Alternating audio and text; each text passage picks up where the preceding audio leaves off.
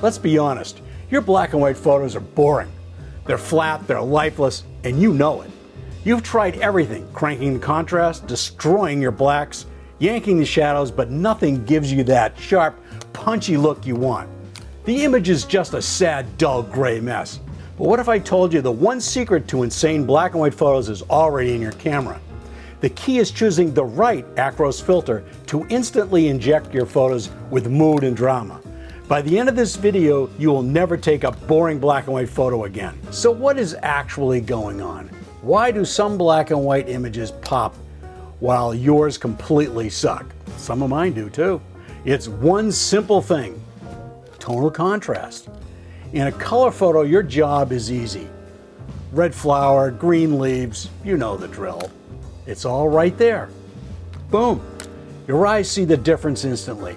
But when you strip the color away, that same red and green become nearly identical shades of gray. All that beautiful separation is gone. The scene loses its depth and you're left with a muddy, disgusting mess. When I was starting out, printing was a real challenge. You usually had that muddy, disgusting mess.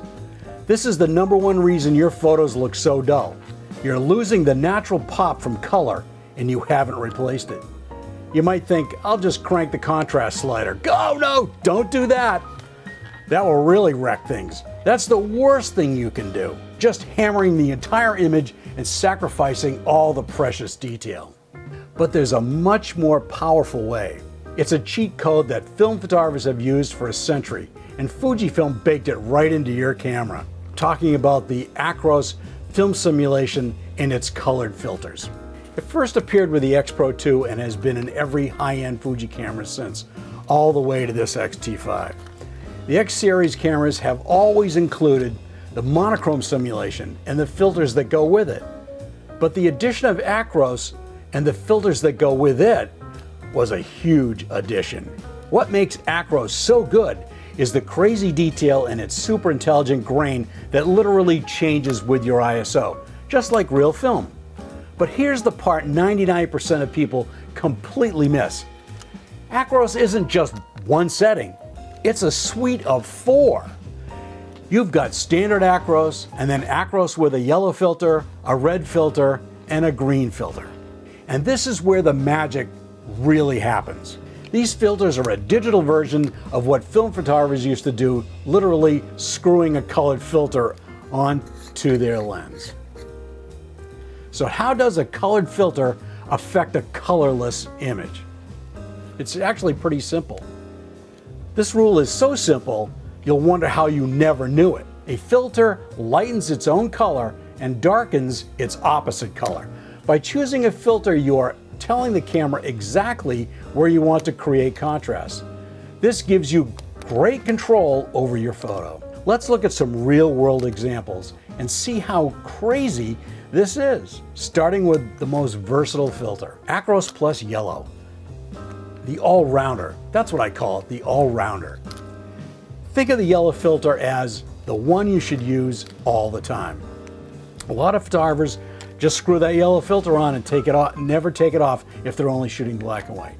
Its effect is supple but significant. The yellow filter slightly darkens blues while brightening yellows and reds. What does that actually mean?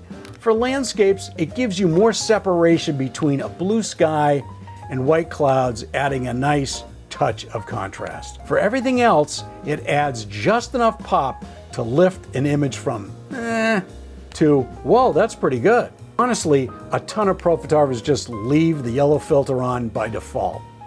If you're new to this, the yellow filter is where you start. It takes a boring photo and instantly makes it better. Acros Plus Red. I call this the drama king. Okay, now let's talk about maximum drama. If the yellow filter is a gentle nudge, the red filter is a much larger addition of contrast. This is for when you want your images to scream with impact. The red filter dramatically darkens blues and greens while giving a huge boost to reds and yellows. To boost this effect even more, go to the tone curve in your camera and add +2 highlight and +2 shadow. That'll really boost your contrast up. The best use case is landscapes. Point your camera at a blue sky with some clouds. With a standard Acros, the sky is a boring washed out gray.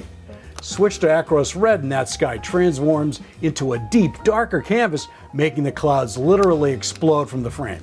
The contrast is insane. Well, sometimes it is. It turns a boring landscape into a moody, powerful masterpiece. It's also great for architecture. But, and this is a huge but, be careful using it for portraits. It can make skin tones look strangely pale and makes red lipstick totally vanish. For landscapes, Acros Red is your best friend. For people, you need to use our next filter. Last but not least, the green filter. This is the one no one talks about. But it's an absolute secret weapon for one thing: portraits and documentary work. The green filter does the opposite of red. It lightens greens and darkens reds. So why is this insane for portraits? Sometimes. Well, skin tones have a lot of red and orange in them. By darkening those red tones, the green filter adds incredible depth and texture and detail to a person's face. That's if you want that. It helps define the lip line and is amazing for subjects with freckles or red hair, making those features stand out with insane clarity. The one thing to watch out for is that because it enhances texture, it can also make blemishes stand out. It works best when you want a gritty, high-texture portrait. For many portrait photographers, this is their secret weapon.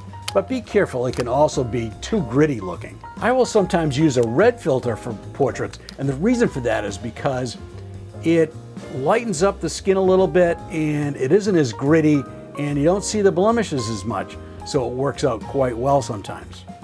Sometimes red is great for portraits, sometimes green is. But green really is it's more of a documentary tool where you can make things look really interesting, have more grit to them. You know, it's up to you. So one of the cool things the XT50 has is the film simulation dial. On that dial, besides Acros, it also has FS1, FS2, and FS3. And what I've done is I've set each one of those for an Acros filter. So I have FS1 is set for yellow, FS2 is set for red, and FS3 is set for Acros plus green. It works really well. Try it out. If your black and white photos are still boring, the problem isn't your skill, it's that you're not using the insane tools you already have. You're letting your camera make boring decisions for you. You have to stop thinking of Acros as one setting and start seeing it as your creative toolkit. Before you press the shutter, ask yourself, what do I want to emphasize? Want to create a dark, insane sky? Red filter. Boom. Want to bring out crazy texture in a portrait? Green filter. Done. And if you just want a reliable, easy win for any situation, yellow filter. Always. Using a filter, you're taking creative control. You're not just taking a picture, you're intentionally crafting a black and white masterpiece. So I'm challenging you. Stop settling for boring black and white. Go into your camera's menu, start using these Acros filters, and unlock the contrast and drama you've been missing. And now I have a question for you. Which Acros filter is your favorite? Drop your answer in the comments below. I'll read every single one. Now get out there and shoot something amazing. And remember, it's not what you photograph, it's how you photograph it, and we'll catch you next time.